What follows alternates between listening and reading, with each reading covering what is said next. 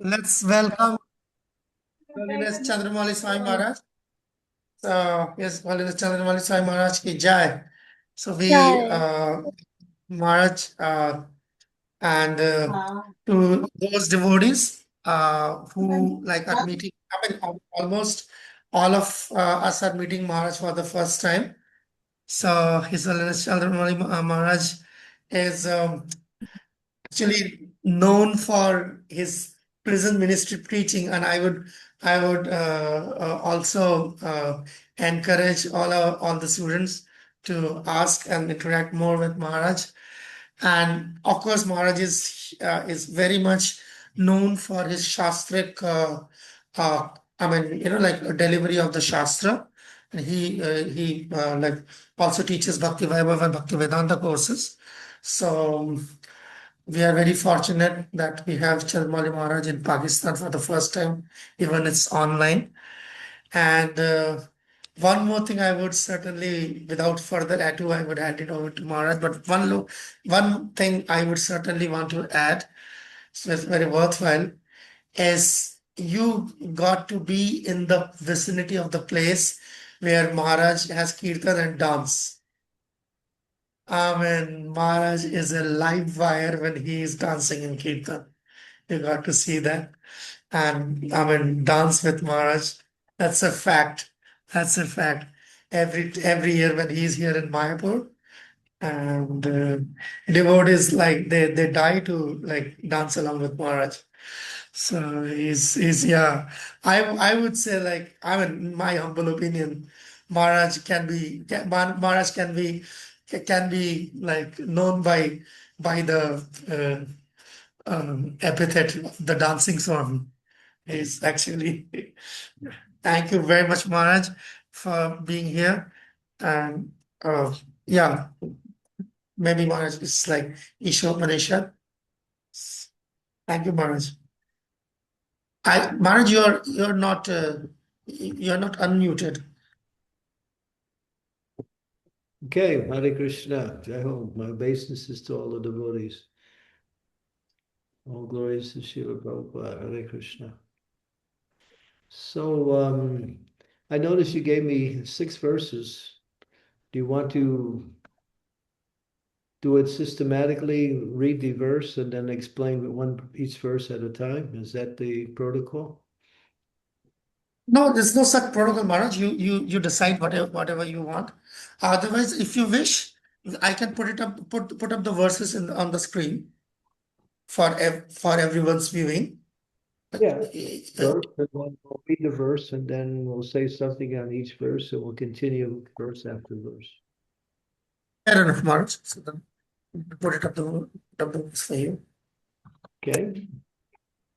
Hare Krishna. How many devotees you have online? Oh, 41. That's 40. 40 devotees, pretty good. Hopefully, Maharaj, more will be joining. Like it's like the strength is around 50 devotees, so more will be What city joining. in Pakistan are you in? Maharaj, they're like from different cities, but mostly from one province. That's Sindh. That's the province. I'm from India, Maharaj, but these devotees are like I'm sitting here in Mayapur, and they are all from Pakistan. Okay, Yeah.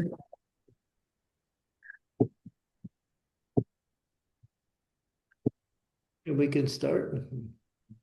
Yes, Maharaj. Bring No, Maharaj. bring up the verse, and we'll take it one verse Yes, at a Maharaj. time.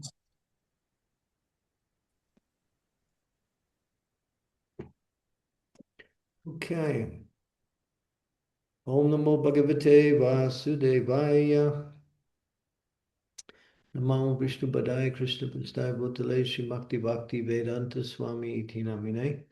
Namaste Saraswati Deve Gauravani Pacharine Nirvasesa Sunyavadi Pastyatya Desatarine. Vansha Kalpa Tarubhischa Vipa Sindhu Vacha Patitaram Bhavanebhyo Vaishnavebhyo Namo Namaha. Sri Krishna Chaitanya Prabhu Nityananda Sri Advaita Gadadhar Srivasadi Gaur Bhaktivinoda Hare Krishna Krishna Krishna Hare Hare Hare Rama Rama Rama Hare Hare. Can everyone hear me clearly? Yes? Yes, Okay. Maharaj. All right, good. So we can do the first verse. I'm going to begin by doing the invocation to the Sri Isopanisad, which is really foundational for the whole teachings, which is quoted quite often in our temples. Ishavasam sarvam yat kinchat. No, that's verse number one. Oh, what is the first one? Uh, verse number, the invocation is, uh, go to the Om invocation. Purnamadam. What is it? Om Namo. Namada Purnamidam Purnat Purnamidam. Purnamidam Purna Purnam Udachite Purnasya Purnadaya Purnam Eva Vasishite.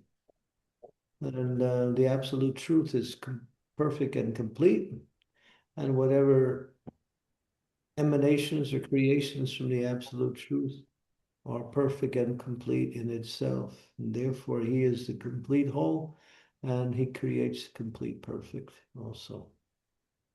Okay, we'll go right now to number 9, which has been the assignment that I was given.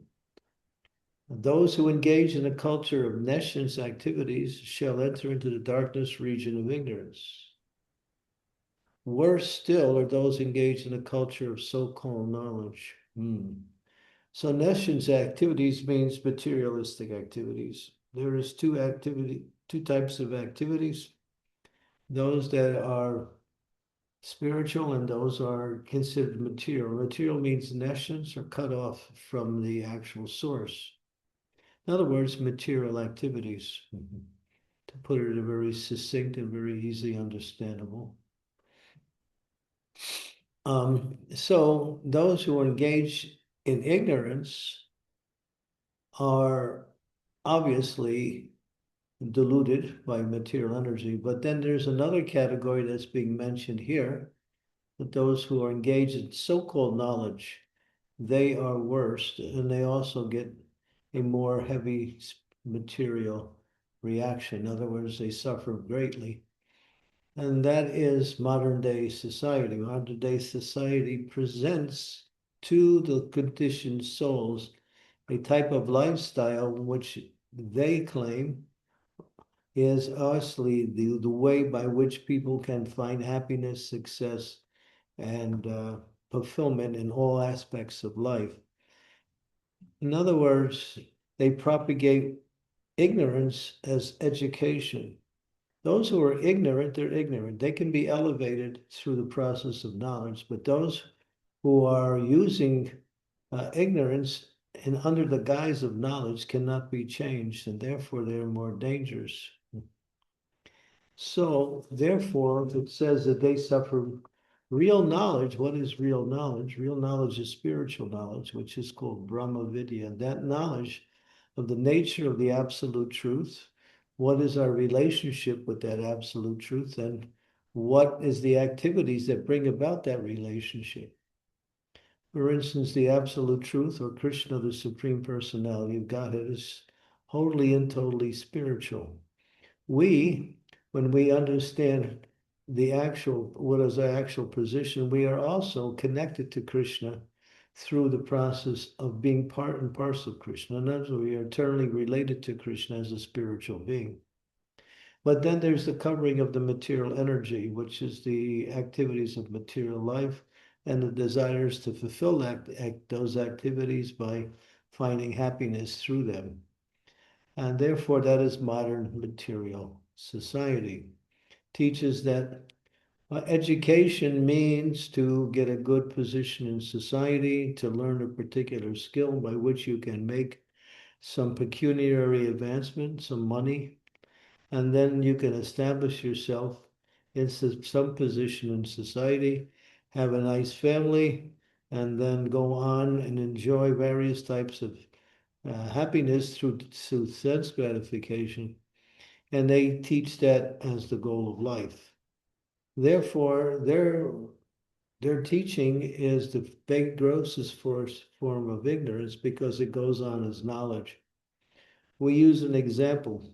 If a policeman is dressed up I'm sorry, if a thief is dressed up as a policeman, he's very dangerous than one who is actually a thief because he presents himself as being helping others, but actually he's causing harm and exploiting others in the name of protecting others. So this is what this verse is actually saying. Those who teach real fake knowledge under the guise of real knowledge are more dangerous and worse off than those who are ignorant and do not know knowledge at all. Real knowledge, as I mentioned, is our relationship with the Supreme Lord, which is the process of bhakti. And that is cultivated is through the guidance of the spiritual master who teaches how to worship the Supreme Personality of Godhead through the process of bhakti yoga as given by Krishna in the Bhagavad Gita and expanded by the Vyasadeva through the Srimad Bhagavatam. There are different classes of materialistic people. There are the karmis, there are the yogis, there's the jnanis. Actually, karmis, jnanis, and yogis. Karmis means ones who simply work hard for sense gratification, and the results is they find some kind of what we say temporary feelings of happiness by connecting the mind and the senses with the sense objects. That is no better than animal life because the animals do the same thing. They eat, they sleep, they mate, and they defend. Human life is meant for higher knowledge, or actually to understand the purpose of life, which is to awaken one's natural love for the Supreme Lord through the process of bhakti as taught by Krishna in the Gita and as explained by those who are followers of Gita, the spiritual masters. That's the karmis. The karmis are the lowest. They're no better than animals, as Srila Prabhupada describes, because their activities simply center around bodily satisfaction, which is temporary and leads to misery, because any kind of bodily satisfaction cannot last. It ends up just like the material world is a world of duality. Wherever you see cold, you see heat. Like, you can't understand one without understanding its opposite.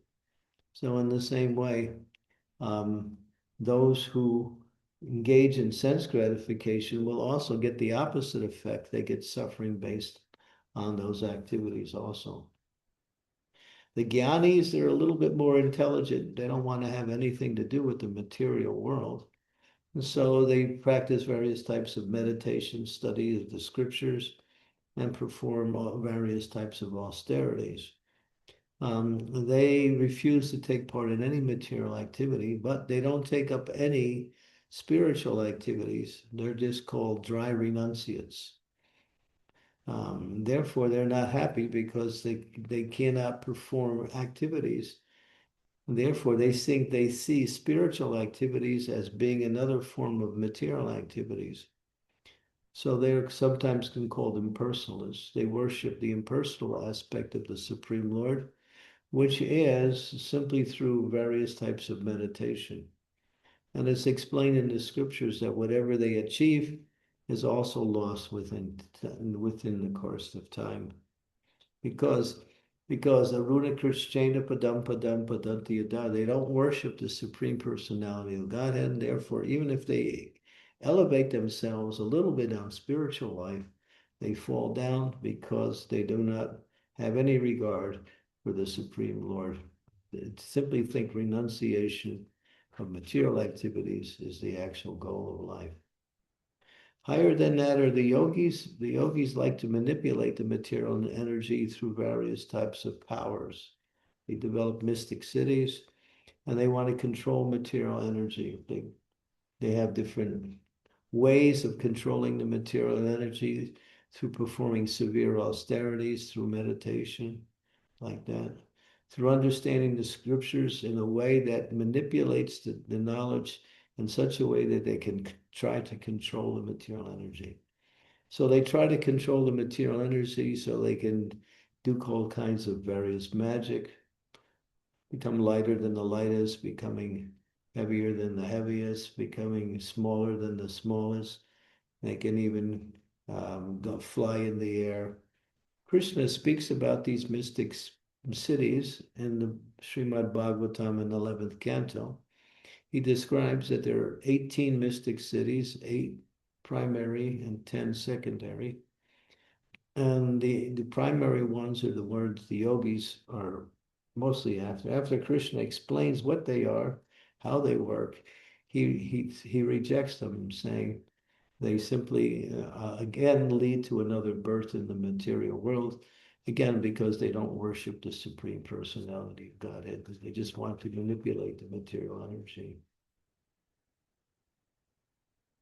So this class of people, they may also study the Vedas, but they don't have any understanding of the Vedas, nor do they understand the purpose of the Vedas.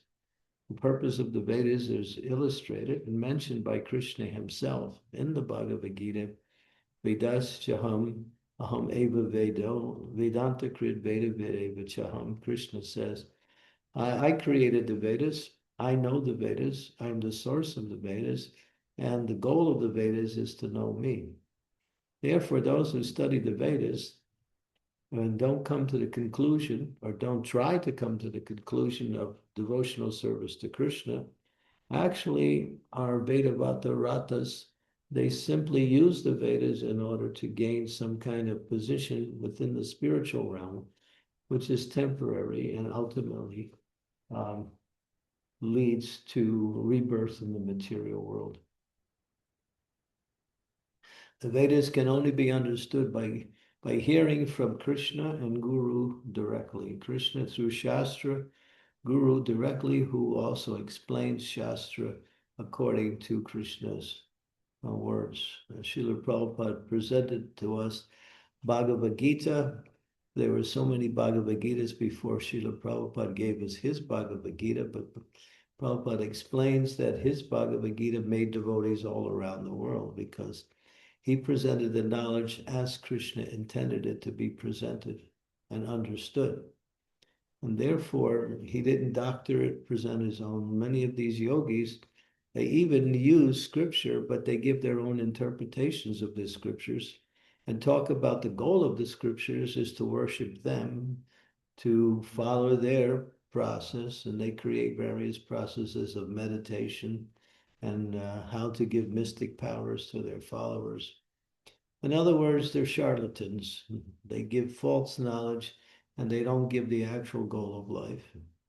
So they are worse than those who don't have any knowledge at all and simply suffer in the material world because at least they don't cheat other people. These so-called yogis, they're all cheaters.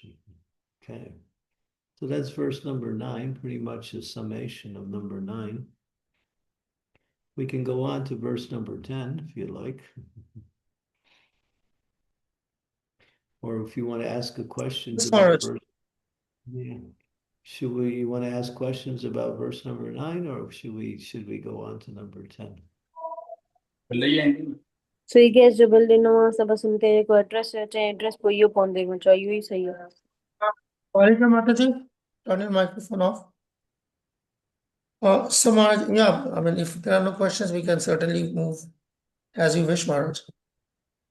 No, well, because we're going to go verse by verse, we can see if there's any questions after each verse.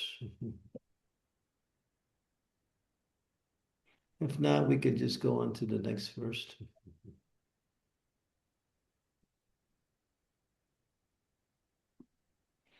And this is verse number 10. Okay. Yes, Maharaj. The wise have explained that one result is derived from the culture of knowledge, and that a different result is attained from the culture of nescience or ignorance. So again, we explain the difference between knowledge. Knowledge means that which awakens one's relationship to the Supreme Lord. Anything connected with awakening our relationship with the Lord is considered to be within the category of knowledge. that which takes us away from that relationship, that brings us into the area of sense enjoyment, is called nescience. Now, in this purport, there are 18 principles that make up these two categories: things to do, things to avoid. Things to do are called vidis. Things to avoid is called nishedas. You can go down into the purport, and we can read those 18 principles that are mentioned here. So this makes up all knowledge. One who follows these 18 categories has received all knowledge.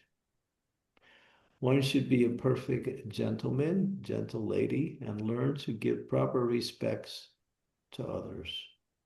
Well, in other words, giving proper respects to others means to see within the heart of every living entity that Krishna is there. So one is respecting both that soul and Krishna within the heart of that person also. So there's two souls in every body.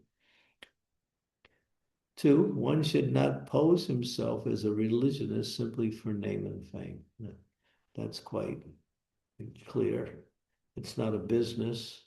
It's a service to others to bring them to the platform of spiritual knowledge.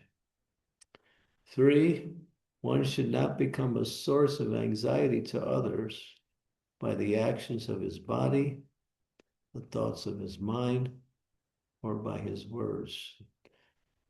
So in other words, one should always be a well-wisher of others and work in such a way that one provides some benefit to others rather than thinking how to take advantage of others for one's own selfish interests, which goes on in the material world through the body, through the thoughts in the mind, and especially by words. Okay. One should learn forbearance, tolerance, even in the face of provocation from others. Srila Prabhupada speaks about this statement, saying that the indication of one who is actually learned is one who is not disturbed even when there is reasons to become disturbed. In other words, they become, the word is dhira, they become equipoise, not disturbed by happiness or distress, or by others who are provoking these same principles. 5, one should learn to avoid duplicity in dealing with others. In other words, duplicity means I'm trying to speak in such a way as to get something from the other persons from my own selfish interest. One should speak the truth pleasingly and back up that truth by reciting Vedic knowledge, like that. That's called austerity of speech. Number 6, we have to go down the page in order to see it. One should search out a bona fide spiritual master who can lead him gradually to the stage of spiritual realization. One must submit himself to such a spiritual master and render service and ask relevant questions. So this is mentioned by Srila Rupa Goswami, who is the teacher of the science of bhakti. He wrote it in the scripture called Nectar of Devotion. One should take shelter of a spiritual master, learn from him, hear from him, ask questions in a humble way in order to learn and be willing to render service. There's a verse, Tadvidi patipratena pariprasyena sevaya upadekshyanti gyanam gyaninas tattvadarshanaham. Krishna speaks this verse in the 4th chapter of the Bhagavad Gita. He says, inquire from a spiritual master, offer your humble obeisances, respects, and be ready to offer service. This is how one approaches the spiritual master. Number 7, in order to approach the platform of self-realization, one must follow the regulative principles enjoined in the Vedic revealed scriptures. So self-realization means to guide one's consciousness in the direction of spiritual knowledge, which is supported by activities that support that knowledge and not take away. So they're called regulative principles. And there are 64 regulative principles, as mentioned again by Srila Rupa Goswami in Nectar of Devotion. 8, one must be fixed in the tenets of these regulative scriptures. In other words, knowing them and not simply rejecting them because they're too difficult or thinking that they're not important. One must be fixed in these scriptures. Number 9, one should completely refrain from practices which are detrimental to the interests of self-realization. Now, this is explained by Sanatana Goswami, where he says that one should know what is favorable for one's spiritual practice. One should know what is unfavorable and act accordingly, accepting things favorable, rejecting things unfavorable. This is one of the principles of surrender. Number 10, one should not accept more than he requires for the maintenance of the body. This was also mentioned in the first verse of Sri Isopanisad, that one should live according to their quota and not infringe upon others. And therefore, if one lives according to what they need and not more, then one can aspire to live for hundreds of years. Not too much, not too little.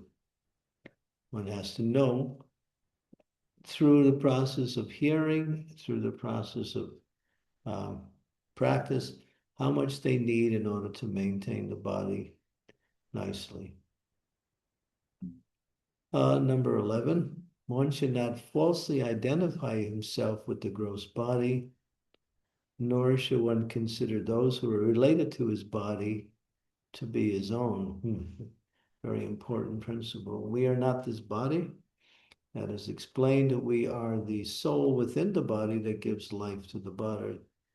We all have different types of bodies, but still the soul is the same. The soul is part of Krishna. The soul is spiritual, the body is material. Therefore, when we relate to those who are connected to our body, we see them also as spiritual beings. And they don't belong to us, they belong to Krishna. All living entities belong to the Supreme Lord. We play a role as father, as mother, as relative, as friend.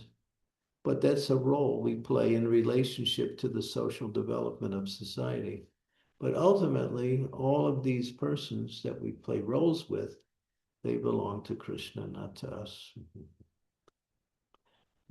They're given to us, and at some time, we also leave their association. Number 12, one should always remember that as long as he has a material body, he must face the miseries of repeated births, death, old age, and disease. There is no use in making plans to get rid of these miseries of the material body. The best course is to find out the means by which one regains his spiritual identity. So as we regain our spiritual identity, the effects of these miseries become less and less and less. And when we become fully self-realized, none of these things have any effect anymore. We transcend the body when we transcend the sufferings that come by way of the body, as mentioned here. So spiritual identity is the solution. Number 13, one should not be attached to more than the necessities of life required for spiritual advancement. That's the same as one of the previous ones we mentioned. Not too much, not too little, what is ever necessary for spiritual advancement. One should not be more attached to wife, children, and home than the revealed scriptures ordain. There can be affection, there should be affection for family members and friends, but not become overly attached to where we center our whole life around family affection. That's the point. Affection is there, service is there, relationships are there, but not more than is required. And that means if we do, then we push our spiritual life aside in order to get to focus on our material life, and therefore we lose the opportunity for eternal life. Number 15, one should not be happy or distressed over desirables and undesirables, knowing that such feelings are created by the mind. This is a very subtle one. Happiness comes, distress comes. Happiness for one person may be distress for another, and vice versa. So happiness and distress are simply creations of the mind. Sometimes something makes you happy, and the next day the same thing causes you distress. So that means the mind is just moving back and forth according to how it feels. Therefore, these desirables and undesirable things are simply creations by the mind. That's a little hard to experience, but it's actually, if we can do that, then we remain peaceful. Because if we get distressed and happy over desirables and undesirables, we can never find peace. Number 16, one should become an unalloyed devotee of the personality of Godhead, Shri Krishna, and serve him with rapt attention. So here we're getting into the goal here. One should focus your attention fully on serving the Lord. Number 17, one should develop a liking for residence in a secluded place with a calm and quiet atmosphere, favorable for spiritual culture, and one should avoid congested places where non-devotees congregate. So it's more favorable for spiritual culture to live in an atmosphere that is quiet and peaceful. You can have many activities, but there shouldn't be a place where there is the noise of material life goes on in the form of economic development and sense gratification. Okay, and number 18, and the last one should become a scientist or philosopher and conduct research into spiritual knowledge. Recognize that spiritual knowledge is permanent, whereas material knowledge ends with the death of the body. So knowing the difference between material and spiritual knowledge, cultivating spiritual knowledge, learning more about that, and then becoming free from the bodily situations that bring us more and more connected to the material energy. So get interested in Krishna conscious knowledge. Read Srimad Bhagavatam, hear Srimad Bhagavatam, read and study Bhagavad Gita. Srila Prabhupada gave us 4 main books, which were Srimad Bhagavatam, Chaitanya Charitamrita, Nectar of Devotions, and what's the other one? I think it is this one here. It's Sri Gita, Bhagavad Gita Maharaj. Bhagavad Gita, Chaitanya Chaitanya Charitamrita, Charitamrita, Bhagavatam, and Nectar Devotion. Nectar of Devotion, right? These 18 items combine to form a gradual process by which real Yeah, go down the page. Sorry, Maharaj. Sorry, Maharaj. Real knowledge can be developed, except for all these, all other methods are considered to be in the category of nescience. Okay, so go back over, read those 18 items, try to understand each one and see how try to practice them accordingly. And you can find all of the answers of those 18 within the scriptures. So that is verse number 11. That one is very specific in terms of things to do and things to avoid. Any discussion, questions related to that verse?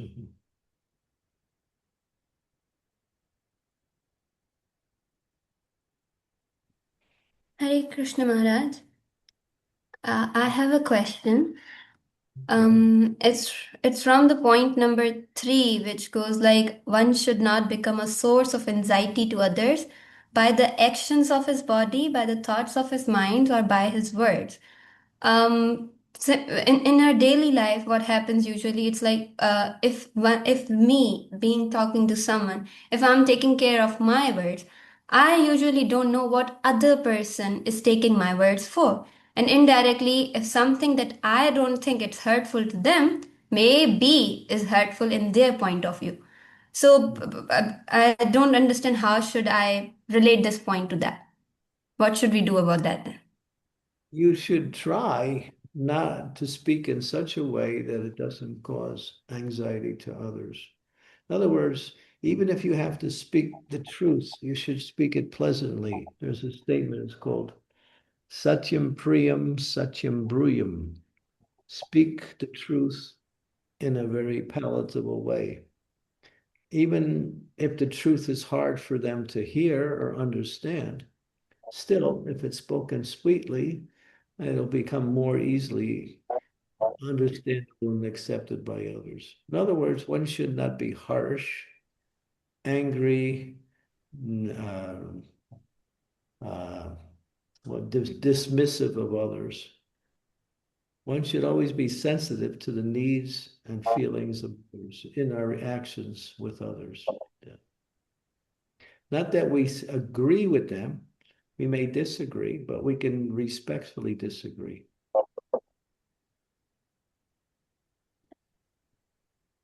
Thank you, Don't, Maharaj. don't lose respect for the person, but you can also speak the truth when it's required. Thank you so much, Maharaj. Thank you. Sundar Kumar has a Hare question. Krishna Maharaj. Can you please explain point number 14? I have to see it again. Let's see. Just now, putting it. You can read it, maybe.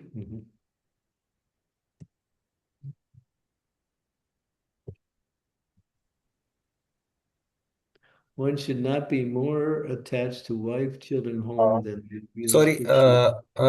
my bad. 13.13. 13. One should not be attached to more than the necessities of life required for spiritual advancement. It is called, this thing is called Atyahara.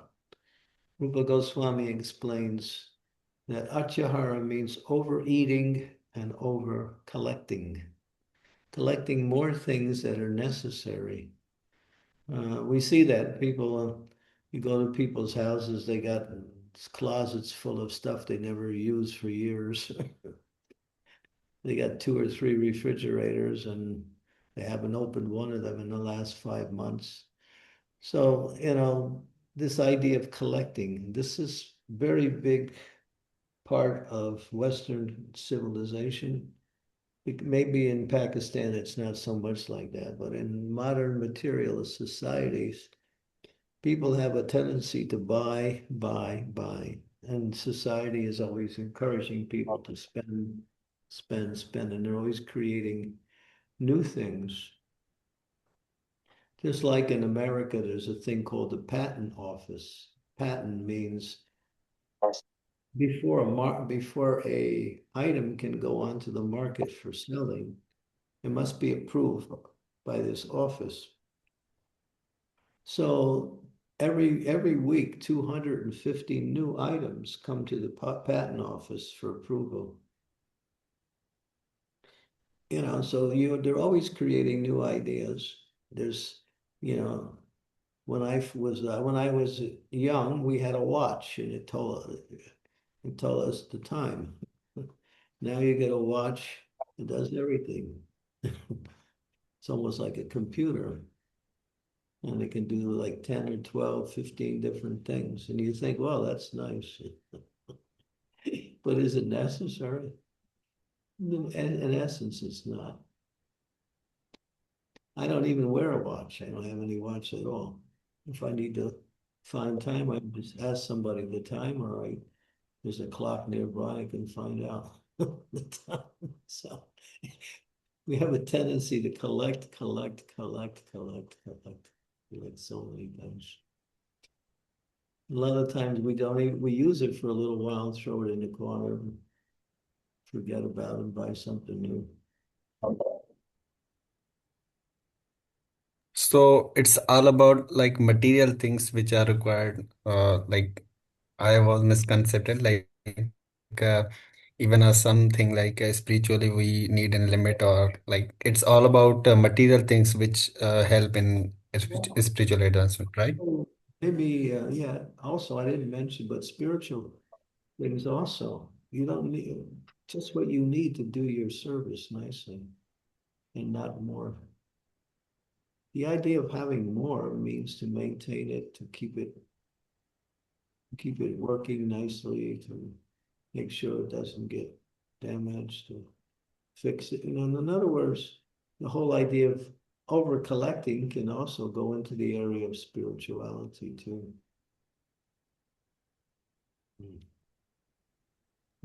Thank you, Maharaj. Okay, you just have to be honest. The answer is just be honest. What do I need to do my service nicely?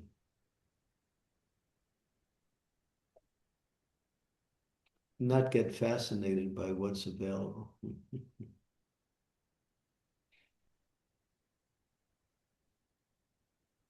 Okay, we have two more questions.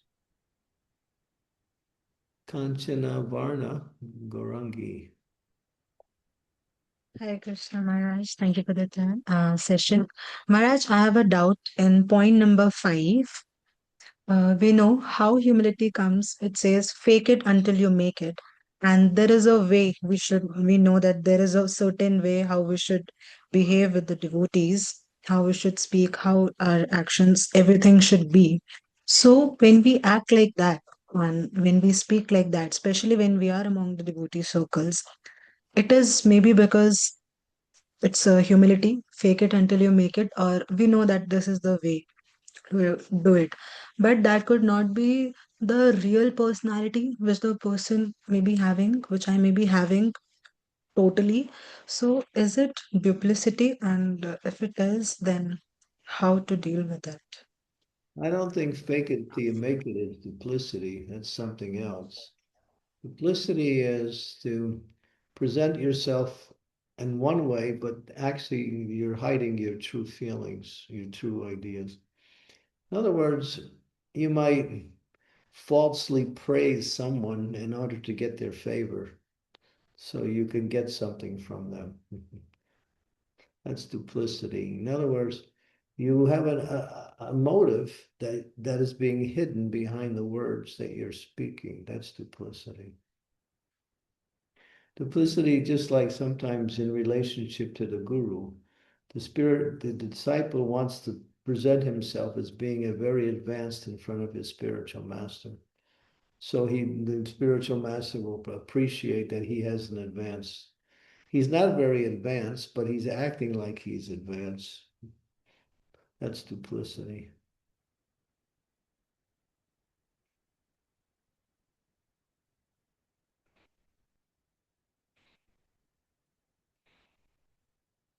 Okay, that's an example. Fake it till you make it means that follow the process as given. And even though you're not up to the standard, you should follow the standard until you reach the standard.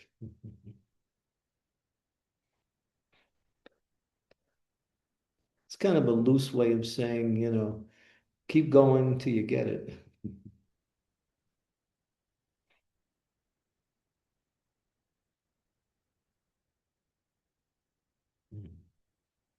Is that okay? Yes, Maharaj, thank you. I think I got the right definition. Keep doing till you make it. That's the right. Yeah, that way, yeah. But duplicity is something else. It's a cheating mentality.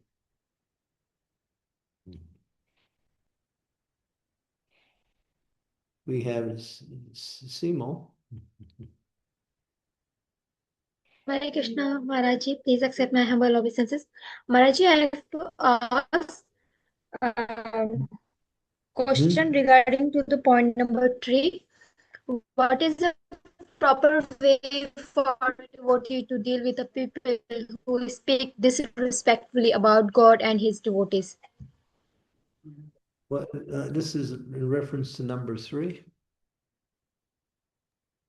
Yes, Maharaji. Like one should not become a source of anxiety by his words or by his actions. But when someone talk disrespectfully about God, then how should a devotee deal with that person? Well, they should correct them. But But sometimes, yeah, don't get angry. Realize they're ignorant. It's like if a child does something wrong, because it's ignorant, it's a child. So therefore, you have to correct it and make sure they understand what is right and don't repeat and don't do the wrong thing. So in the same people are like children; they don't know. So you have to somehow or other be tolerant at the same time. Uh, explain what is if they're criticizing God or saying God does not exist, then we should speak out and explain things to them according to proper knowledge, according to scripture. Yeah, you shouldn't allow ignorance to go on just in order to keep a friendly relationship with somebody.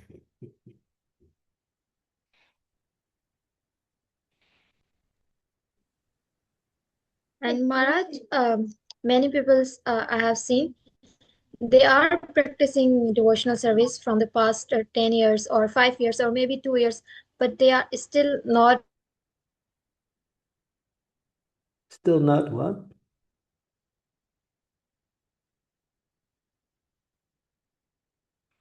Mhm. Somehow she cut off. Bimal, can you jump in here? very much tolerable to their angerness, talks, or on little things. They get very easily angry. I lost. She broke, and I lost And me. what she. Oh, see, yeah, I think we lost it. We lost a signal. Yeah. All right. When she comes back, we'll take her. We can go on to Devika. Hare Krishna Maharaj, please accept my humble obeisances. I have a question in the point 1 that says one should become a perfect gentleman and learn to give proper respect to others. What does that mean by perfect gentleman? What this term refers to? Like, I want to have a brief discussion on this. Thank you, Maharaj. Giving respect to others, honor another person's position. Krishna is in the heart of all living entities. Therefore, Krishna has given everyone the right to life. So we shouldn't interfere with that by being disrespectful or critical or even violent towards others. Bhaktivinoda Thakur makes a statement directly. He says, I live happily in this world. Why? Because I give respects to everyone. Even people who are not respectable, still, you see within them, there's Krishna's there within the heart. Therefore, in that sense, we respect Krishna within the heart of that person. You may not personally interact with people who you feel are not respectable or you're just not interested, but still, you don't act negativity towards anyone. We're either neutral towards people or we're positive with people, either one. But we're never negative. We can be neutral. Neutral means you can't interact with everyone and you can't agree with everyone. It's just the way life is. But still, they're part and parcel of Krishna, so we respect them because of that.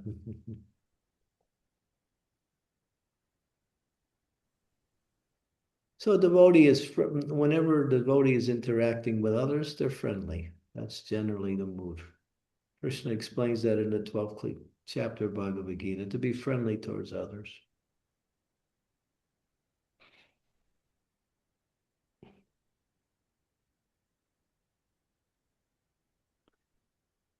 Okay, should we go on to the next verse? Yes, Maharaj. Just a moment, let me put it up for you.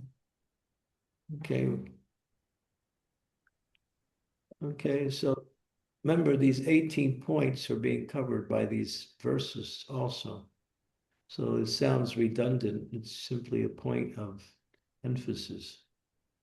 This is verse number 11. Only one who can learn the process of nescience, ignorance, and that of transcendental knowledge side by side can transcend the influence of repeated birth and death and enjoy the full blessings of immortality. So I find in my own experience, devotees know what to do, but devotees have a hard time avoiding what not to do. So here it says we have to know what to avoid, learning the process of how the material energy works. There's 3 modes of material nature. Krishna explains each mode in the Bhagavad Gita in the 14th chapter, how the mode of goodness works, how the mode of passion works, how the mode of ignorance works. Learning that knowledge and acting outside of that knowledge by engaging in devotional service and cultivating transcendental knowledge, which is above the 3 modes of material energy. So knowing what is ignorance and avoiding it, and knowing what is transcendence or spiritual, and developing a attraction for and a knowledge of that. So that's basically the point. Hiranyakashipu was the example, and it's mentioned in this verse. He wanted to be immortal, and he performed austerities to become immortal, but he couldn't become immortal because immortality is not available for those who are engaged in material activities. But he tried to become immortal. He tried to conquer over death, but death ultimately came in the form of the Lord Nrsingadev. And he thought he was able to conquer death by all of the benedictions he received from Brahma. But the Lord was one step ahead of him and kept all of the benedictions of Brahma, but at the same time killed the demon.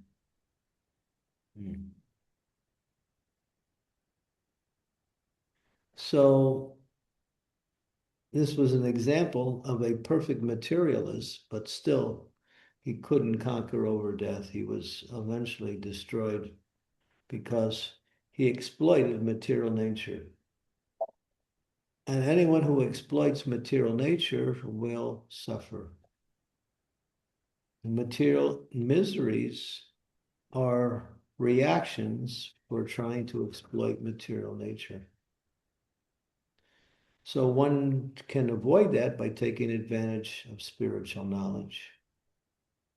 We are not this body. We are the soul within the body. We should cultivate the knowledge of the soul's relationship with Krishna. We take care of the body, but we feed the soul. We give the soul spiritual knowledge and activity. We take care of the body by providing what it needs to remain healthy and be able to perform. In other words, proper food, proper rest, family relationships if required.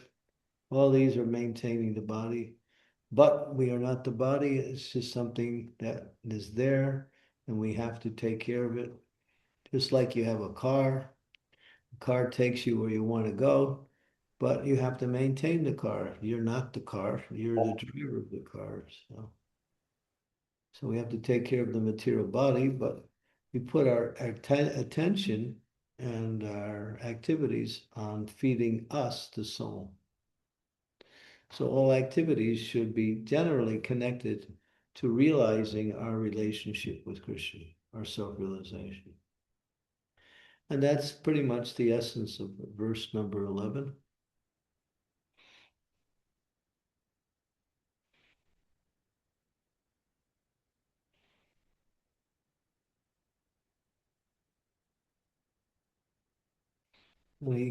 Any questions on that one?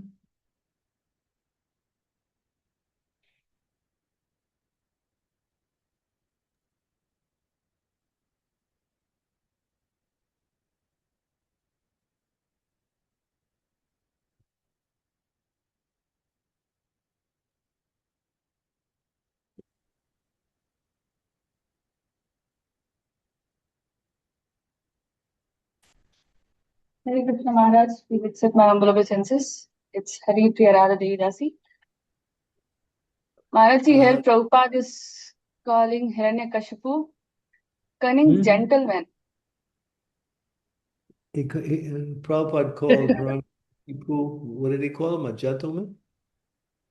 Hiranyakashipu, cunning gentleman. A cunning gentleman. Yeah, he was knowledgeable.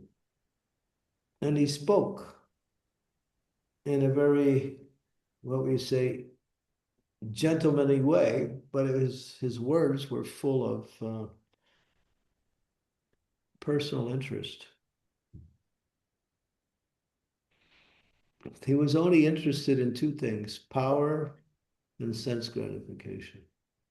Hiranya Kashipu, soft bed and gold. That's what his name meant. So yeah, there are many gentlemen who are cunning. You see him today also.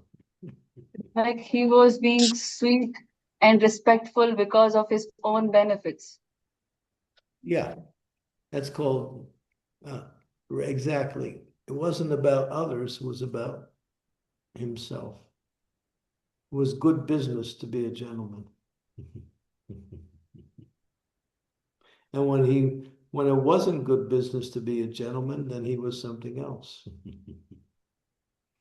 When he couldn't convince his son to give up his attachment to Vishnu, he did everything to kill his son. So there he lost all of his gentlemanly qualities because he was up against something that he wanted to destroy, but he couldn't destroy. Yeah.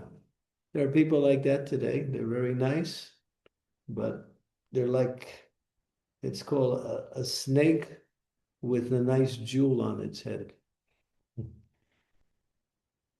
it looks very attractive because of the jewel, but still it's a snake.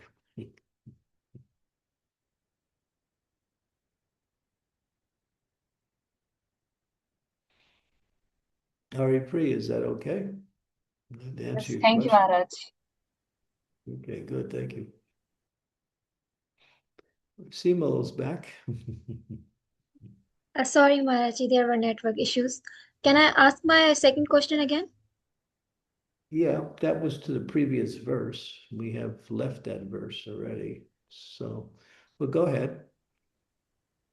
So I was asking about someone who has been practicing devotional service for years, but still become angry or irritated over small things and struggle to control their anger. And a non-devotee then say, if you are still get angry despite of practicing devotion, then what is different between you and me? I am better than you because I don't get angry easily, even though I am not a devotee. Well, that's a false statement because a materialist, although materialists have to get angry anyway, they always do. They can say whatever they can say whatever they want to say, but we shouldn't believe them because the scriptures say when your material desires are frustrated, you become angry or intolerant. So, but a devotee, at least they're practicing devotional service. They may not be perfect yet, but they're in the right position to become perfect. A materialist, he might think he's better, but he's in a position where he's under the influence of the material energy.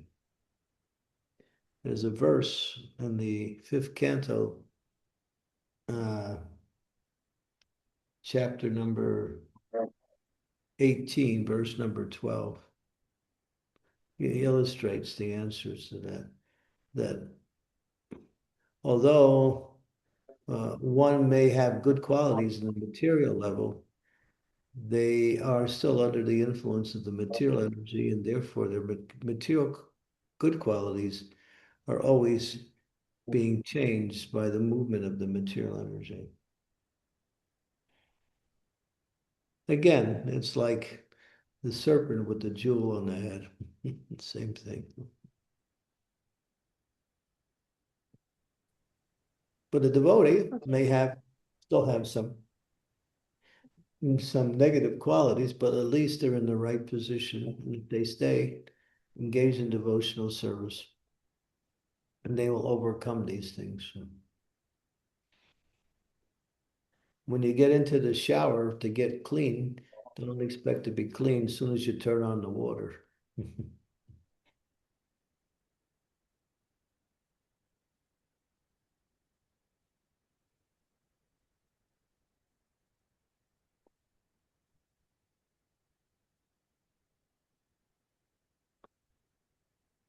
Is that all right? Yeah, Maharaji, thank you so much. Okay, good. Thank you. Mhm. Okay, so we can go on verse number 12.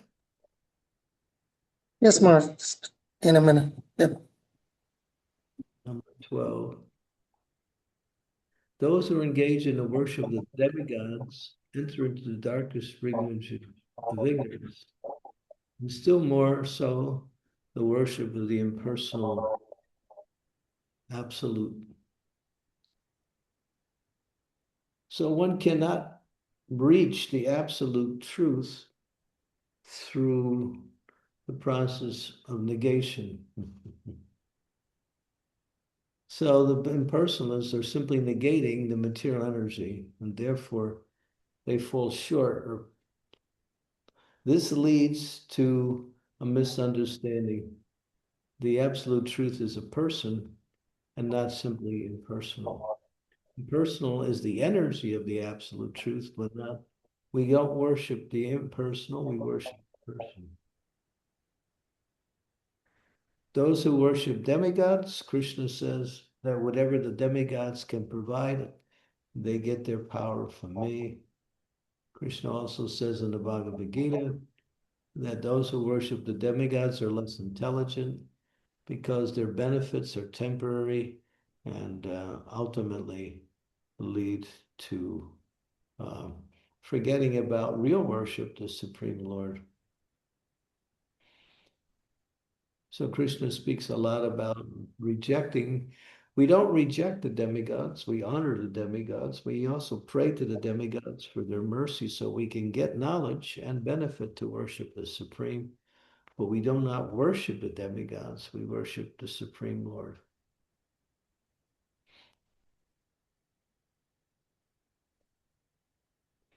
So worship of the Supreme Lord means to understand the process of bhakti like that.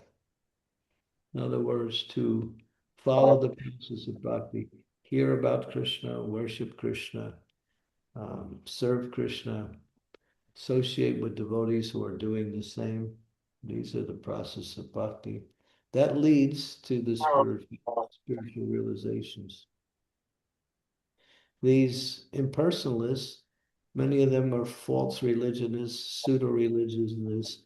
They teach not so much about God, but they teach about worship of themselves or worship of the impersonal, therefore, which leads simply to a temporary state of feeling happiness, and then ultimately, that's the real one, the ones who are actually qualified to understand the impersonal aspect of the absolute truth. But most religions who are impersonalists, they don't understand. So they talk about mostly about self-worship. And it says here they're headed for hell. Pretty strong statements here.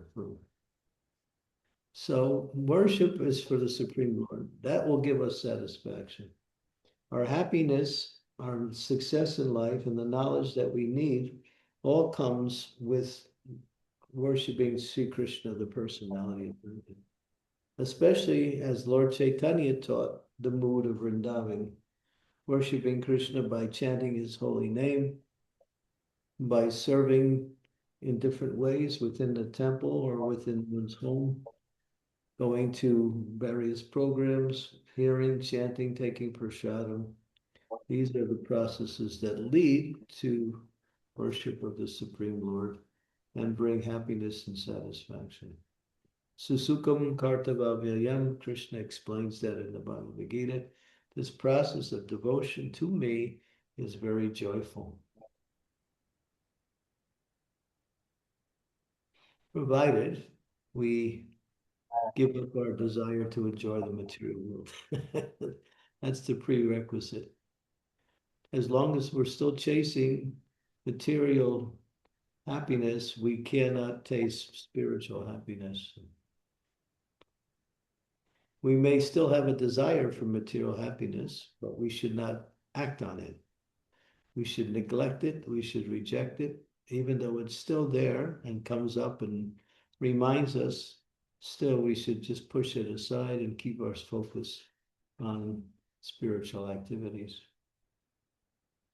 Even if you need something on the material level, you stay engaged in devotional service, and Krishna will, he knows, he takes care of his devotees.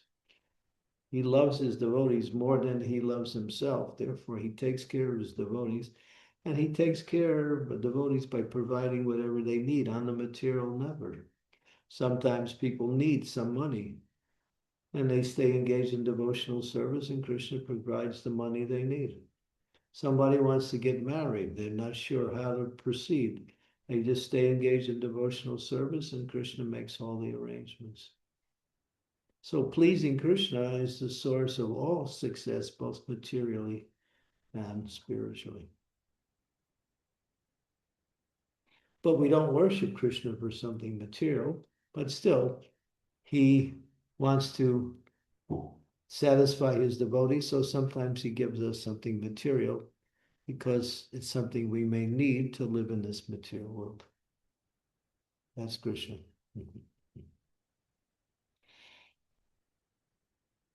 No need to worship the demigods.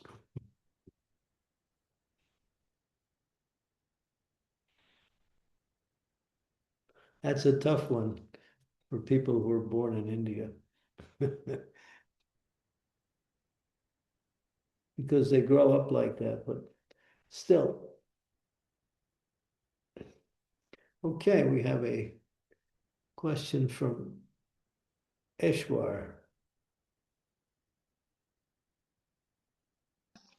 Hare Krishna Maharaj Ji, Dhanur Pranam. Am I audible? Turn on your camera. Camera. Okay. Hare Krishna. Okay. Maharaj,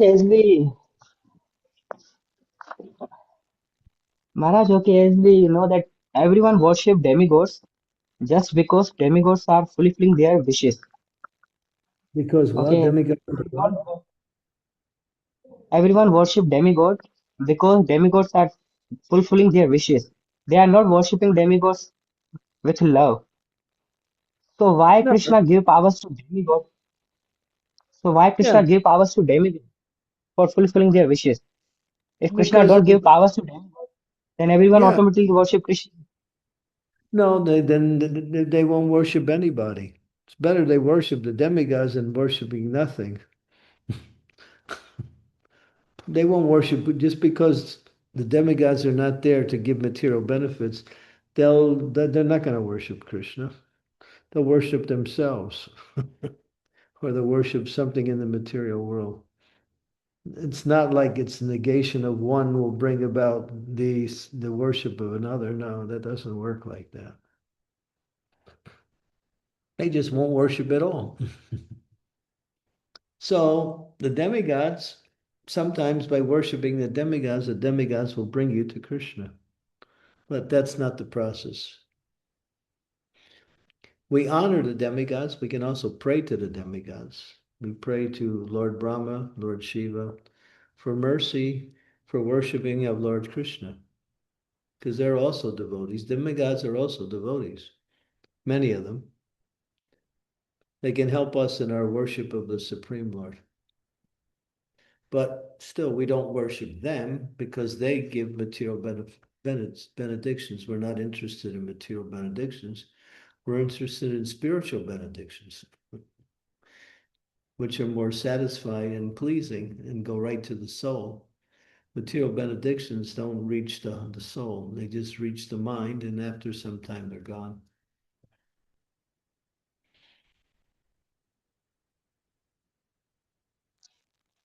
But Maharaj, I'm not asking about Vaishnavas. Like Vaishnavas don't need anything. But other persons who want anything, want something, they go to demigods for that condition. Yeah, but Krishna says don't do that. He speaks 4 verses in the Bhagavad Gita. He says, those who worship the demigod, their intelligence is stolen.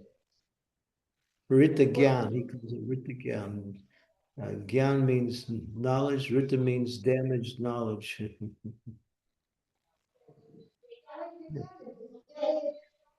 So, I Okay, thank you, mean, Maharaj. worship is available, but still, Krishna says, if you want the real goal of life, worship me.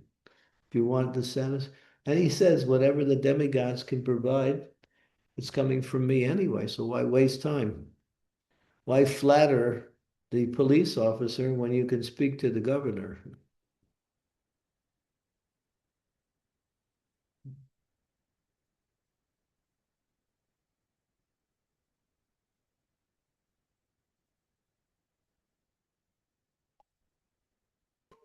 Okay, thank you, Dhanyavad Maharaj. Okay, hope that helps. Are you worshiping demigods? If you Not are, me, but all of my family members are worshipping demigods. just chant Hare Krishna, you'll get much more benefit. Thank you. It's a waste of time. Krishna Priya, Sri Radha. Hare Krishna Maharaj, please accept my humble obeisances. Maharaj, I have a confusion from the purport of text 12. Here it is mentioned that outside the universe, there is vast and unlimited Brahmajyotir expansion, which is filled with Vyankud lokas. And the biggest and the highest planet in the Brahmajyoti is Krishna Loka or Goloka Vrindavan, where the Supreme Personality of Godhead, Shri Krishna himself resides. So I have a question that Brahmajyoti is one of the form of a absolute truth, like the sunlight from the body of a Krishna. So how Krishna, who's the form of who's Bhagavan, can lives in that Brahmajyoti? So I have a confusion that Maharaj. Krishna, that's Krishna's bodily effulgence. Yeah. Yeah. That's the body, the light coming from the body of Krishna is the Brahman effulgence. So it's, in one sense, it's non-different than Krishna, but just like, you have you, and then you have your energy. Your energy is not you, but it's still connected with you directly. So that's Krishna's energy, that's all. But he's in Goloka Vrindavan, but he's in the Brahmajyoti at the same time. Because he's everywhere. He's not just in one place.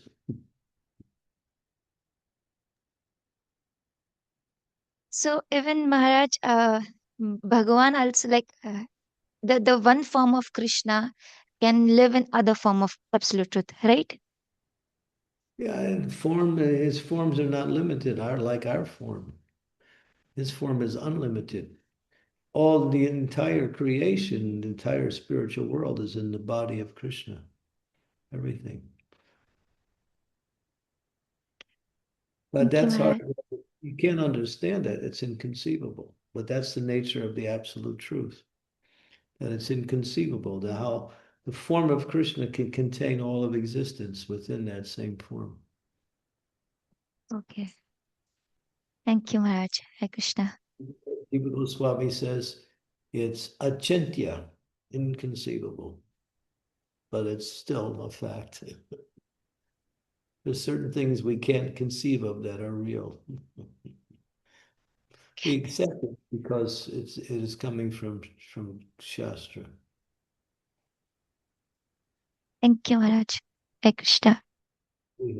Thank you. We have Jagdish. Hare Krishna, Dhanutpranam Maharaji. I can see over internet there's so much debate over this verse, especially the verse number 12. Am I audible correctly? Yeah. I'm saying, yeah, over this specific verse number 12, there's Yeah. so much scholarly level debate over internet. I can see through Quora or some Yeah. other platforms as well. So this is the one of the primary Upanishads, Shri Ishopanishad. So even those who worship the unmanifested feature of Krishna, so they also acknowledge this Upanishad. So Prabhupada clearly mentions over here that mm, those who worship the unmanifested form goes into the even darker place. Yeah. So how uh, actually I'm seeing different versions of the translation and the translation of the same exact verse. This verse number 12. Uh, mm, Yeah. People say you attain to the spiritual realm and you enjoy some kind of freedom from material suffering. And then after some time, Aruna Krishnena Padam Padam Padanti Adam, the Lord Brahma speaks this verse from the 10th canto, that they fall down from that state. They come back to the material world because it's temporary. Unless one worships the supreme personality of Godhead, whatever spiritual attainment that they get, all the way up to the Brahma Jyoti, is temporary. Therefore, when they fall down, they may also fall down to the lowest standard of life. Because even demons worship the impersonalist. We have Hiranyakashipu, we have Ravana, they all worship the impersonal aspect of the Lord.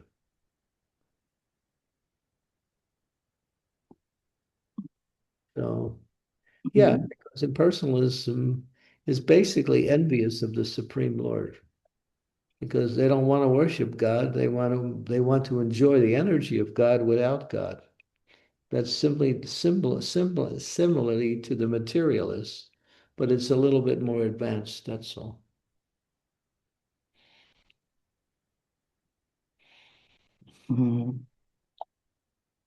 Unless one worships the supreme personality of Godhead, one will never find stability in any situation. They'll have to come down again back to the material world, whether they worship Devis, whether they worship the impersonalists, whenever they worship the Brahma Jyoti, the bodily rays of the Lord, or the bodily, or the worship the bodily rays of the Lord is the impersonal Brahma Jyoti. So it's all temporary. It's like you have, it's like you have a very rich and very wonderful, loving father, but you're only interested in what he can give you. That's all. You're not interested in him. So that's the impersonalists. They're interested in what they can get from God, but they're not interested in God. So therefore, they manipulate the actual transcript or the actual speaking of the Upanishad in their own way, Yeah. which they can get benefited from. Yeah, if you follow the rest of the Sri Isopanisad, you come to the last two verses. It is one prayer at the end. It's the soul is praying, please remove that glowing effulgence so I can see your beautiful transcendental form. That's the final two verses in this same scripture. Yeah. Okay. Dhanyavad Maharaj. Thank you. Hey, good question. Thank you. Lata. Hare Krishna Maharaj Ji. Haribo. Maharaj Ji, I have a question like I worship Lord Ganesha from childhood. So Ganpati is a demigod, right? So I don't worship him for benefits. I worship him as a guru. So Ganpati led me to Krishna Bhakti like 2 years back. So it was like after doing Bhakti of Krishna, I just pray him, but I just do bhakti of Krishna. So is it the okay? Means for starting something good, why we do bhakti of Yeah. Lord Ganesha and chant Om Shri Ganeshaya Nama before starting something new? Well, who does If he is who a does demigod, he is not worshipable. who does Ganesh worship? Do you know? He worships Nrsingadev. Ganesh is a worshiper of Lord Nrsingadev. And Oh, Nrsingadev okay. destroys all obstacles in devotional service. So he gets Mhm. his power from the Nrsingadev to destroy the obstacles for those who worship him. But one should not stop at worship of Ganesh and just worship Ganesh. One should pray to Ganesh to remove the obstacles in devotional service. That's all. So you said, actually, you made your point that Ganesh brought you to Krishna. That's the whole idea. That was good. That was perfect. So you can honor Ganesh. You can also keep in our temples, in many of the temples, there's a deity of Ganesh above the door of the temples. You'll see them in some of our temples.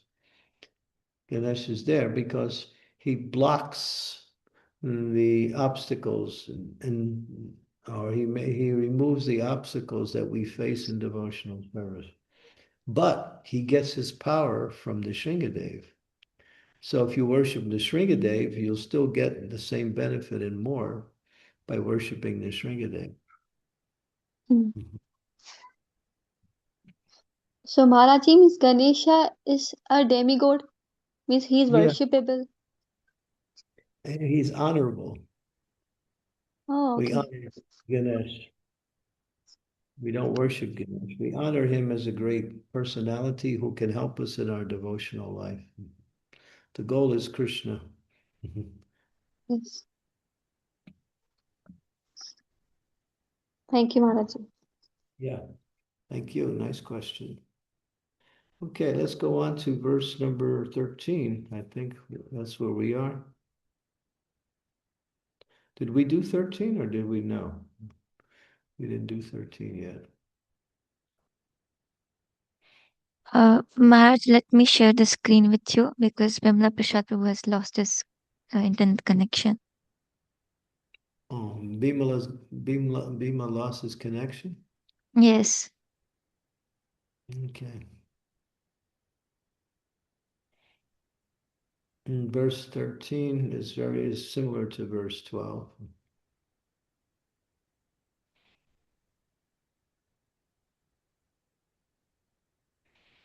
Okay, verse 13. It is said that one result is obtained by worshiping the supreme cause of all causes, and another result is obtained by worshiping what is not supreme. All this is heard from the undisturbed authorities who clearly explain it. So yeah, Krishna says in the Bhagavad Gita, Nyanti Deva Prata Devam Putring Yanti Putring Pataha Bhutaicha Bhutaicha Bhutat Yachi Mam Yachi Nampivam. The verse is mentioned here, 925. Those who worship the demigods go to the demigods. Those who worship the ancestors will take birth amongst the ancestors. Those who worship ghosts and spirits will obtain such beings, and those who worship me, Krishna says, will come to me. So as you worship, there you're going to go. So therefore, we want to be sure that our worship is in line with our, what we say, our supreme interest, which is to attain self-realization, to attain immortality, to reach the spiritual world. Therefore, we should worship only the Supreme Personality of God. You can worship Ram, he's the Supreme. You can worship Lord Chaitanya, he is the Supreme. You can worship Krishna, and he is the Supreme. All of his incarnations, Vamana Dev, that's also the Supreme Personality of Godhead. Now, these are the personal forms of the Lord that are worshipable, but Lord Chaitanya has taught us to worship Krishna in the mood of Vrindavan. So we follow Lord Chaitanya, who's teaching that worship through the chanting of the Hare Krishna Maha Mantra and through service of the Vaishnavas, these two things. Well, that verse is explaining how you worship, there's where you'll go. So that's very important. Don't think if you worship one way, you'll go to someplace else. No, where you focus your worship, that will be the results. So therefore, one should hear about the glories of Krishna. The Bhagavatam says, to hear the glories of Krishna is nectar for the ear, for the heart, and awakens devotion to Krishna. Come to the mode of goodness, free oneself from the lower modes of passion and ignorance, which keep one locked into the material cycle. One should practice the qualities of the mode of goodness, as we were hearing from that list of 18. Many of those are qualities of the mode of goodness, which is the stepping stone to the mode of spiritual goodness, which is Sudasattva, which is the actual goal.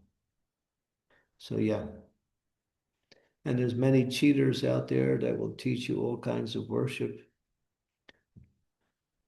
Just like, I'll give you a personal example with the devotees. I was in Ujjain in India, and devotees went to one police academy. And there were these trainees who were becoming police officers. So we were there to present Bhagavad Gita. So there was about 500 police trainees there. So we spoke and we mentioned Bhagavad Gita, and we brought Bhagavad Gitas there, and we sold over 125 Bhagavad Gitas at the program.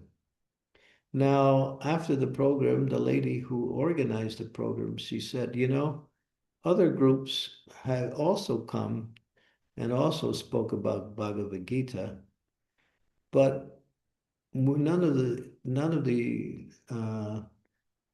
the police officers were interested, nor did they buy any of the Bhagavad Gitas, because she said all they did was talk about themselves.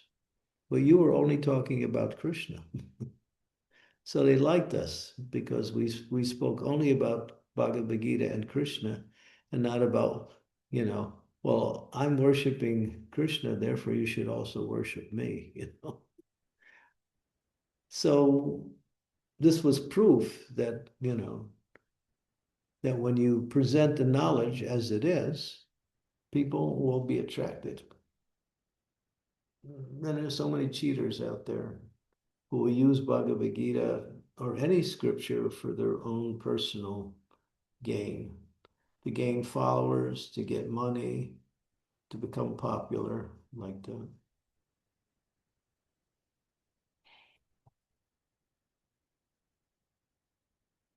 Be careful. If you, I'm say this is very important, be careful. Stay chaste to listening to Srila Prabhupada and those who are directly in line of Srila Prabhupada. Don't go outside of that categories to get knowledge from the outside. You'll hear things that are different and you'll think they're all right, but actually they're not. They're ways of bringing you outside and so they can get more followers and gain more popularity.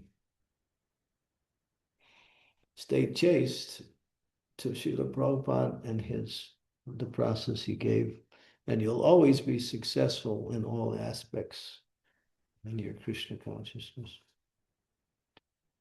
Okay, any questions? Nikhil. Nikki. Hare Is it Krishna, Prabhuji, Dhanapana. Nikhil, okay, yeah. Yes, so Prabhuji, like my question is that as per the instructions and as it is advised to chant Hare Krishna Mahamantra, but Prabhuji, I have attraction towards other incarnations as well, and sometimes I feel to hear their glories and dance on their names. So is it fine? Yeah, you can chant Ram's mantra, Raghupati Raghava Rajaram Patita Pavana Sitaram Sri Ram Jai Jai Ram. Or you can chant Nrsinga's Devs, Tavakara Kamala Varena Kam pure. Yeah. Or you can chant Panchatattva mantra. But you should not exclude the chanting of the Hare Krishna Mahamantra because that's the means for self-realization. So you can chant the glories of all of these other incarnations by chanting their mantras that are related to their glories, like that. But you must include the Mahamantra also in your spiritual practice. Thank you, Maharaj. Hare Krishna. Okay, thank you. That was good. Haripriya is back. Maharaj, Maharaj, as you mentioned about the other incarnations of Lord Sri Krishna, like Narsimhadev, Bhagwan Rama, so if someone is more devoted towards Lord Rama or Lord Narsimhadev or Chaitanya Mahaprabhu as I heard somewhere about Ramaloka, so where they will go? Like they are in Krishna consciousness, they are serving Narsimhadev or Chaitanya Mahaprabhu, where they will go? Yeah, they'll go to the plump. Yeah, there's the Vaikuntha realm. Even Lord Chaitanya had one disciple. His name was Murari Gupta. He was a worshiper of Ram. And we also have devotees in our movement that worship Ram. So that's all right. But you'll go to the planet where Lord Ram is in the spiritual world. His planet is in the Vaikuntha realm. Krishna's planet is above Vaikuntha, Goloka. The spiritual realm is divided into two: the Vaikuntha planets and then Goloka Vrindavan. But if you're attracted to Ram, fine, that's wonderful. Or Nrsingadev, one of our acharyas, Sridhar Acharya, he is a commentator on the Bhagavatam. His worshipful deity is Lord Nrsingadev. But still, he glorifies Krishna also.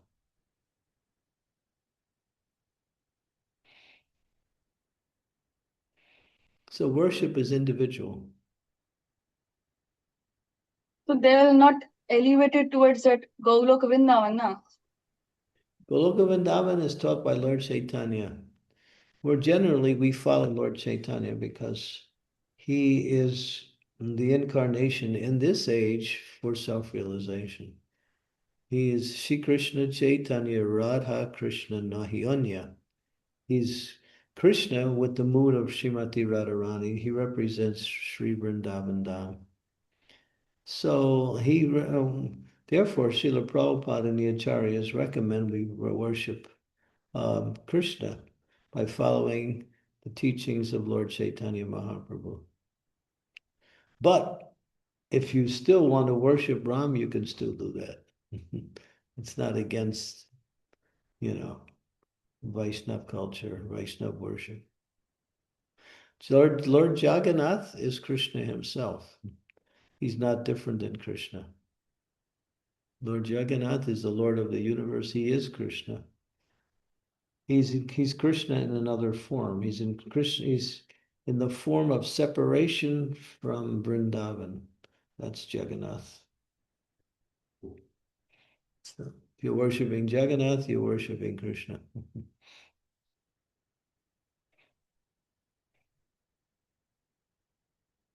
Thank you, Maharaj. Hare Krishna. You don't look convinced. I'm a bit confused more like if someone is devoted to Lord Rama, he will get that Rama Loka. But they will never ever get elevated to Golok Vrindavana. They will stay there and serve Lord Rama. They'll be happy there, yeah. That's perfection also. Lord Ram is the Supreme Personality. Ramari Murti Shukalani Yamena Tishtana Navatara Akaram Bhuvaneshu Kinchu Krishna Swayam Samabhava Pavaman Pamanyo Govind Mari Purusham Tamaham Bhajami. Ramari Murti Shukala. So, yeah, worshiping Ram also. Thank you, Maharaj. I'm now satisfied completely. Okay, good. Doshna. Hare Krishna Maharaj, please accept my humble obeisances. It's me, Hitika. I'm just curious, the one who worship other forms of Krishna, will they be free from the clutches of birth and death? Yeah, because if that deity is of the nature of Narayan, Krishna expands into Narayan forms and Vishnu forms. So Vishnu, Narayan, Krishna, all can be worshipped. But Lord Chaitanya taught Krishna worship. That's the point. But those who worship Narayan will go to Narayan's planet in the Vaikuntha realm. And Lord Ram is an incarnation of Lord Narayan. Lord Nrsingadev is an incarnation of Lord Narayan. Lord Vamanadev is an incarnation of Lord Narayan.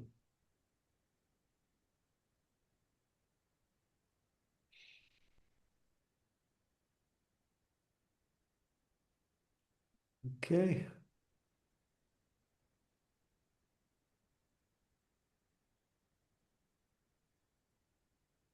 Okay, Lata, she disappeared. Well, Adoshna, okay. We got, let's see, who do we have here? We still have more. Sorry, Jagdish Maharaj, is, I am back. I am back. we have three more hands up. Lata, Jagdish, and Simo.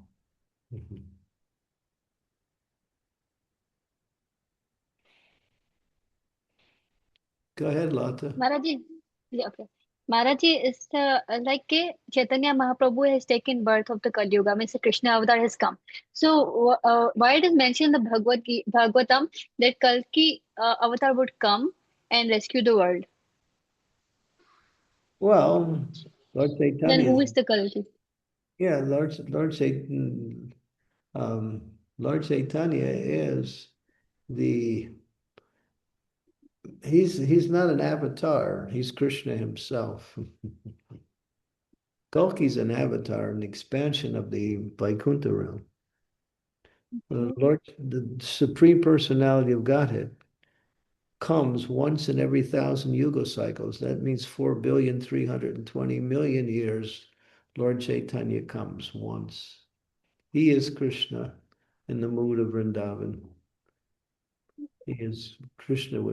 He's a special, he's not incarnation, he's the source of incarnations. He is Krishna himself, not different. So Kalki would be the incarnation of Lord Krishna. Yeah. Well, we say the Narayan manifestation of Krishna. Krishna expands Okay. into Narayan, and Narayan expands into different forms. But Lord Chaitanya's movement will be present within Kali Yuga for 10,000 years.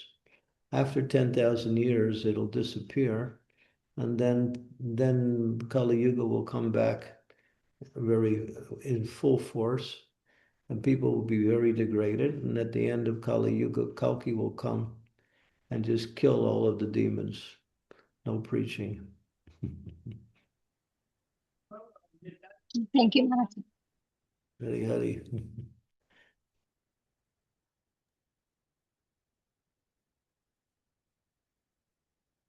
Jagdish.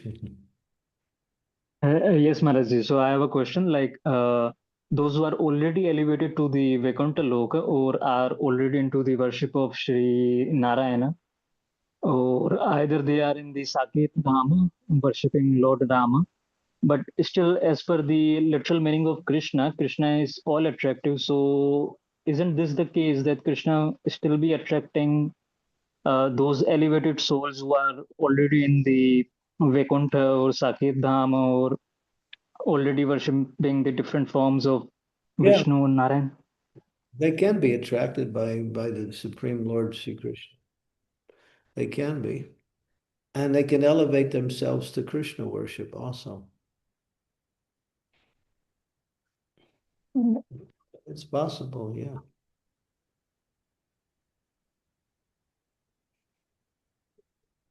Trying to think of an example.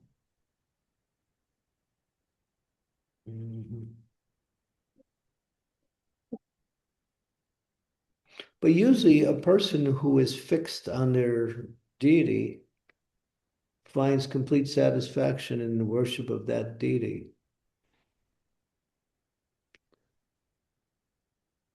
So those who worship any of the Narayan features and they're worshiping properly and they're becoming purified, they're satisfied. They're happy. They have reached self-realization. They can go back to the spiritual world and live with the Lord in whatever form they were worshiping the Lord.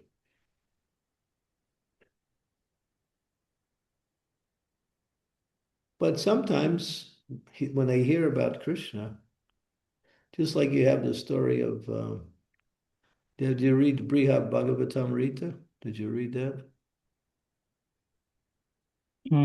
Occasionally, Maharaj. You read Brihad Bhagavatamrita?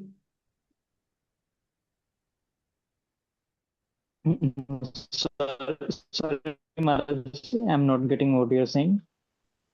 No, I'm asking you, Are you did you asking read? me, am I reading or not? Did you read the scripture called Brihad Bhagavatamrita? No, no, no, Maharaj. Okay, so the story of what is his name? Um, what's his name? Kumara. Gopal Kumar. Kumar, yeah. Kumar received a mantra from his deity and he perfected it and he wound up in Vaikuntha and he was there with Lord Narayan. But still, he wasn't happy. Even though he was happy in the presence of Lord Narayan, that wasn't his worshipful deity. His worshipful deity was Lord Krishna. Lord Narayan appreciated Gopal Kumar, but told him to go back to the material world and find a spiritual master who could teach him about the realm of Goloka Vrindavan, which he did. And then he perfected that, and then he achieved Goloka Vrindavan, Krishna's planet in the spiritual world. So although he made it to the Vaikuntha realm, it wasn't his mood of worship. He wasn't fully satisfied.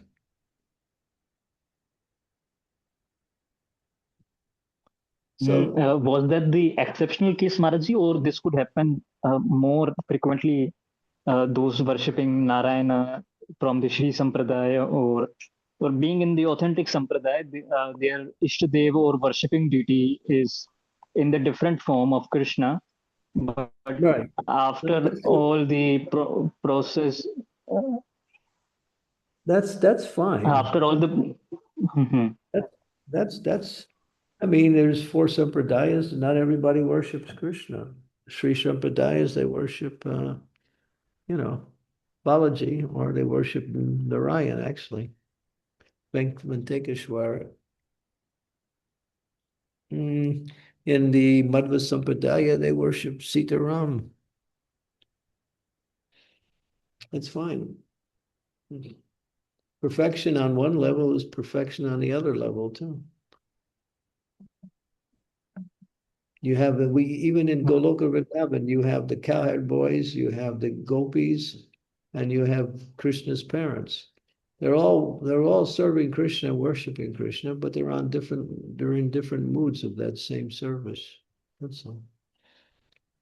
So devotees are different. They have different moods. They have different attractions to the personality of Godhead.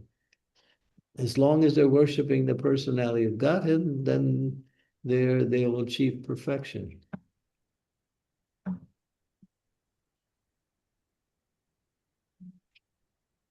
Okay, understood. Dhanwad Maharaji. Yeah, good. Okay, we have Simo. We have about 15 minutes left before we have to end. Hare Krishna Maharaj. Actually, I have to ask the same question as Jagdish asked. There are other some prized devotees who worship Radharani and Krishna. Will they also go to Vaikuntha Dham? No, if they're worshiping Radha and Krishna and they perfect their worship, they'll go to Golokadam. But in this age, you can't approach Radha and Krishna unless you approach Lord Chaitanya. It's not possible. That's mentioned in the scriptures. If you want to reach Radha and Krishna worship, you have to follow in the footsteps of Lord Chaitanya.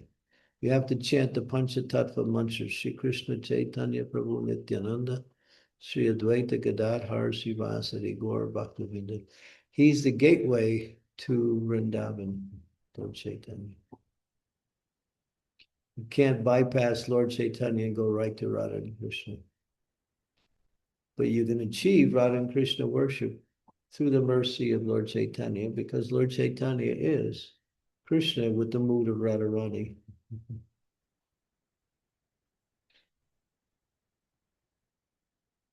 But other sampradayas don't follow the footsteps of Lord Chaitanya. Yeah, but they'll go, they'll go up to the level of whatever their worship.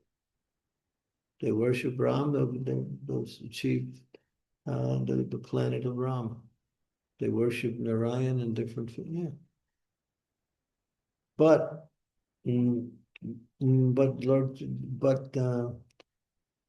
Gaudiya Sampradaya, our Sampradaya, we are followers of Radha and Krishna through the worship of Lord Chaitanya.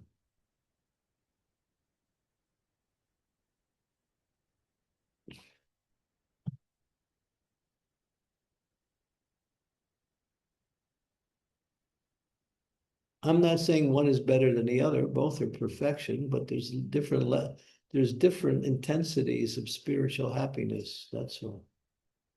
The highest form of spiritual happiness is in Goloka Vrindavan, but there's happiness on all levels of spiritual attainment, even in the Vaikuntha realm.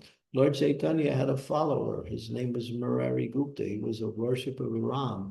Lord Chaitanya tested him. He told him, worship of Ram is nice, but worship of Krishna is better.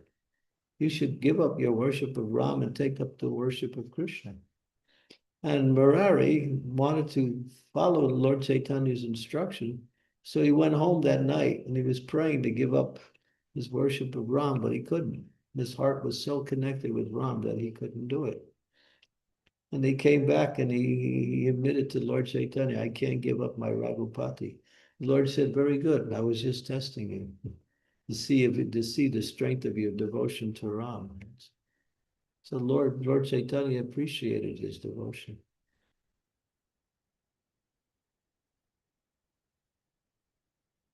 That's mentioned in Chaitanya Charitamrita. It's the pastime.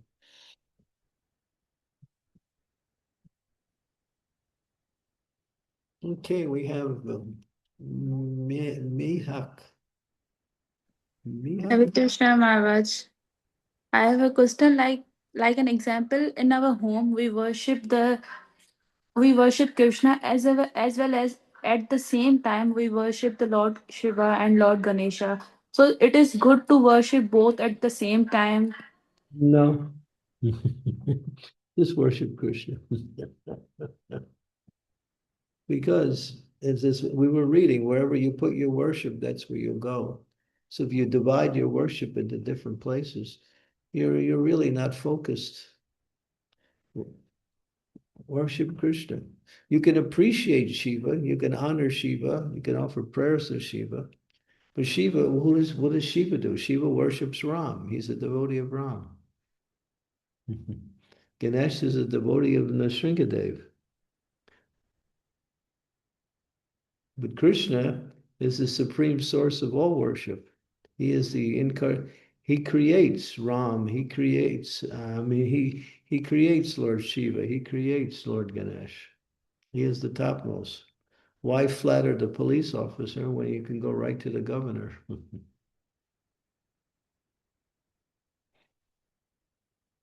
Worship Krishna. Krishna's worship is the highest form of worship and it gives the most transcendental happiness. But we honor Lord Shiva. Vaishnava Yada Shambhu. He's the greatest of all Vaishnavas. Worship is for the Supreme Personality of Godhead. Shiva is a demigod. He's not the Supreme. Ganesh is a demigod. He's not the Supreme. So Prabhuji, it is compulsory. Can we observe fast from the Lord Shiva, like Lord Ganesha? If we can observe what? Fasting? Yes, yes. What do you mean? You mean you choose your own fast and then worship that way? I don't understand your question. Uh, Maharaj, she's asking about Shivratri and the Ganesh Chaturthi. So, in those days, usually Indians or Pakistanis, they keep fasting for Lord Shiva and Lord Ganesha. It's not necessary. You're worshiping Krishna, you're automatically worshiping Shiva. You're getting the benefits of Shiva is teaching the worship of the Supreme Lord. So if he's teaching you where to worship, why don't you just follow his instructions instead of worshiping him? He's in the role of teaching. He's teaching us how to worship the Supreme Lord.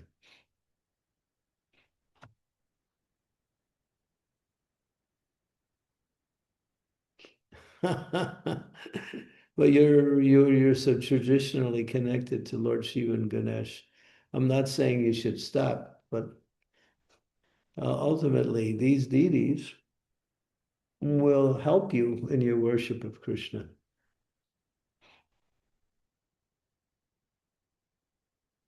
If you want to fast on Shiva Ratri, that's fine. If you want to fast for Ganesh, that's fine, but still worship Krishna.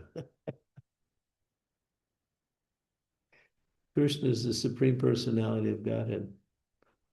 He is the object of all worship. All of the other deities worship Krishna also. And Krishna's pastimes are so nice. They're very sweet. They're the sweetest of the sweet.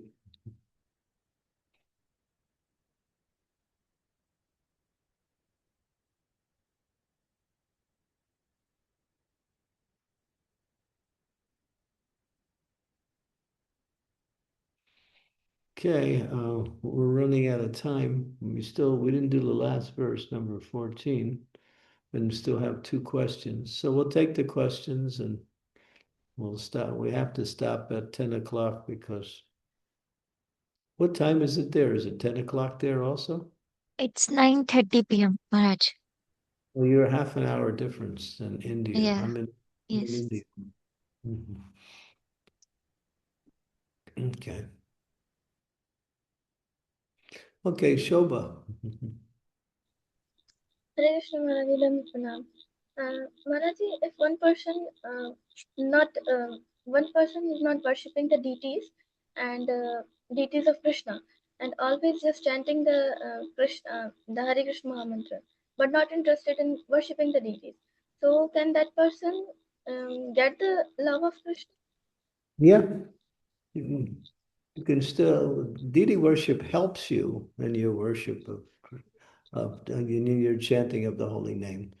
But if you can chant the holy name and develop attraction and attachment for chanting, then that's perfection also. Deity worship is supportive. It's important, but it's not absolutely necessary. But anything that can help us in our chanting, we should accept. Therefore, Srila Prabhupada said, chanting and deity worship go side by side, but chanting is the means for self-realization. Deity worship purifies our consciousness, gives us direct vision of the Supreme Lord in his transcendental form.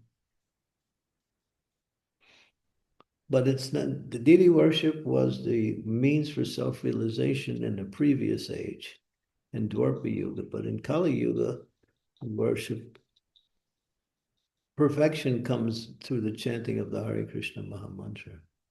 Hare Krishna, Krishna Krishna, Hare Hare. Hare Rama, Rama Rama, Hare Hare. Thank you, Maharaj. Hare Krishna. Thank you. Okay, we have time for one more question. Hare I have Krishna, to stop at 10 o'clock. Hare Krishna Maharaji, please accept my humble obeisances. Maharaji, there is a question in chat by Ishwar Prabhu. Should I read that? Question in chat. Yeah, sure. Yes.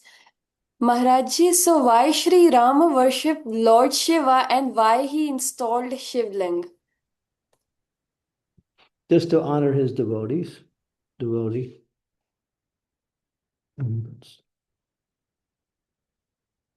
And people get that backwards. Shiva worships Ram, but Ram wanted to honor his devotee Shiva. Why? Because Ravana was a disciple of Shiva. So when he killed Ravana, he wanted to honor Lord Shiva. It says that he did that just to please Lord Shiva because he killed the disciple of Lord Shiva, who was Ravana.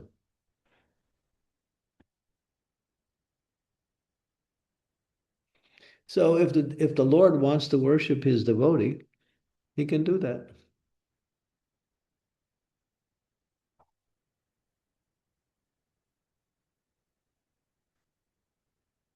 Thank you, Maharaj. Thank you so much. That's the answer. Yeah, people get that backwards, but he just wanted to honor he wanted to somehow make amends for killing the disciple of Lord Shiva by honoring Lord Shiva.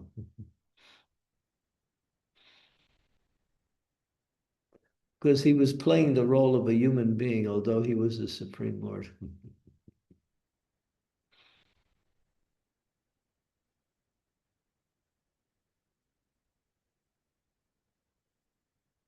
Okay, Tulsi? Yes, Maharaj. Thank you so much. Thank you. Okay, I'm sorry, but I think I have to go. It's 10 o'clock here in India, and I think 2 hours we think we covered a lot in 2 hours. Yes, Maharaj. Maharaj, thank you so much for accepting our invitation and for giving us your association. Thank you so much. His Thank Holiness you. Chandramauli Swami Maharaj ki Jai.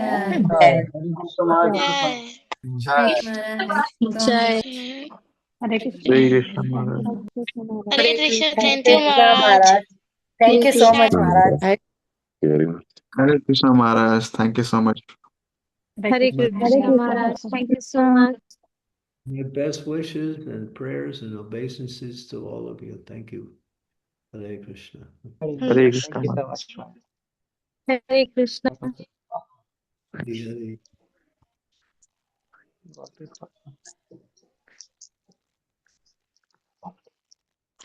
Hare Krishna dear devotees. Next class हमारी 5 जनवरी को है, so ये पूरा week कोई class नहीं होगी। तो और जिसने अभी तक अपना यूनिट का एग्जाम नहीं दिया है, जो हमारे लास्ट यूनिट्स निकल चुके हैं, सो प्लीज ट्राई कीजिए कि बाय दिस वीक आप अपने एग्जाम्स दे दीजिए, बिकॉज ईशोपनिषद का के बाद हमारे पास टाइम नहीं होगा ज्यादा। सो अगर आप लोग अपने एग्जाम्स दे सकते हैं, जिसका भगवत गीता का लास्ट यूनिट रहा हुआ है, या ओबीएस रहे हुए हैं, या फिर श्लोका रिसिटेशन रही हुई है हमारे लास्ट यूनिट से, प्लीज सबमिट कर दीजिए, बिकॉज इसके बाद हम ईशोपनिषद के बाद टाइम नहीं होगा हमारे। Thank you so much and Hare Krishna. Hare Krishna. Hare Krishna.